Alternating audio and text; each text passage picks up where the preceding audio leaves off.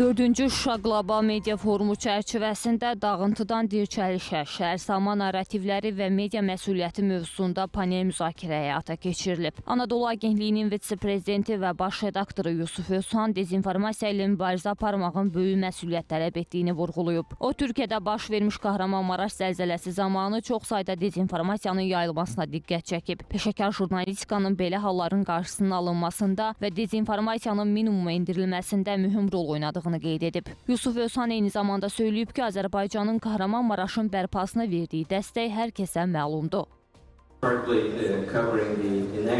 Kahramanmaraş zəlzələsi zamanı çoxlu dezinformasiya yayıldı. Peşəkar jurnalistika belə halların qarşısının alınmasında mühüm rol oynayır. Azərbaycanın zəlzələdən sonra göstərdiyi qardaşlıq dəstəyi unudulmur. Jurnalistlər yenidən qurma prosesini gələcək nəsillərə düzgün çatdırmalıdır.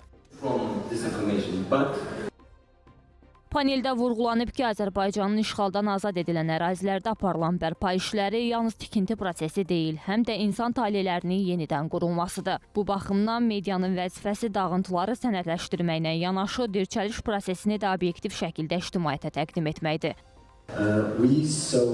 Yenidən qurma ilk növbədə insan hekayələri ilə bağlıdır və media bu prosesi məsuliyyətlə işıqlandırmalıdır. Dirçəliş prosesi obyektiv və peşəkar şəkildə ictimaiyyətə çatdırılmalıdır. Dağıntılar güclü emosional təsir yaratsa da, yenidən qurma daha mürəkkəb və uzun müddətli prosesdir. Medianın vəzifəsi bu mərhələni düzgün sənədləşdirmək və gələcək nəsillər üçün qoruyub saxlamaqdır.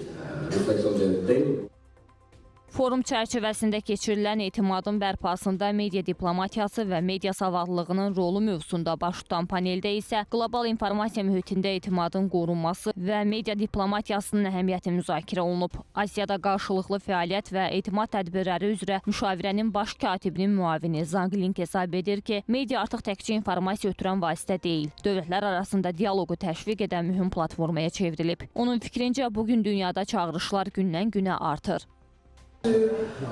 Medianın bu çağırışlar fonunda vacib rolu var. İnformasiya mübadiləsi cəmiyyətlə dövlət arasında mühüm rol oynayır. Söhbət sadəcə kommunikasiya alətlərindən getmir. Burada yeni nəsil diplomatiya anlayışı var. Media bu diplomatiya boşluğunda danışıqlar üçün rol da oynaya bilir.